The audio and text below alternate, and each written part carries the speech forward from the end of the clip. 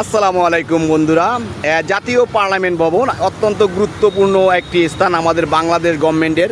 এখানেই পার্লামেন্ট বসে, আর আমাদের শৈশবটা কেটেছে এই পার্লামেন্ট ভবনের আশপাশ দিয়ে কেটেছে বলতে আমাদের শৈশবটা কেটেছে এই সাইডে যে বকুল গাছগুলো আছে, এই সাইডে অনেক বকুল গাছ আছে, সেই বকুল গাছের ভিতরে বসে আমাদের বকুল ফুল পারছি, বকুলের ফল খেয়েছি। এই সাইডে বসার মতো ফুলের অনেক সুন্দর সুন্দর জায়গা আছে।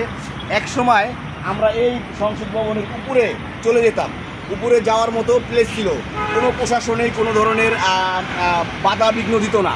কিন্তু 61 জেলায় যখন বোমা হামলা হলো, তারপর দিয়ে এগুলো ব্যারিকেড দিয়ে দিচ্ছে, জনগণ কখনোই এটার ভিতরে এখন আসতে পারতেছে না এবং যাইতে পারতেছে না।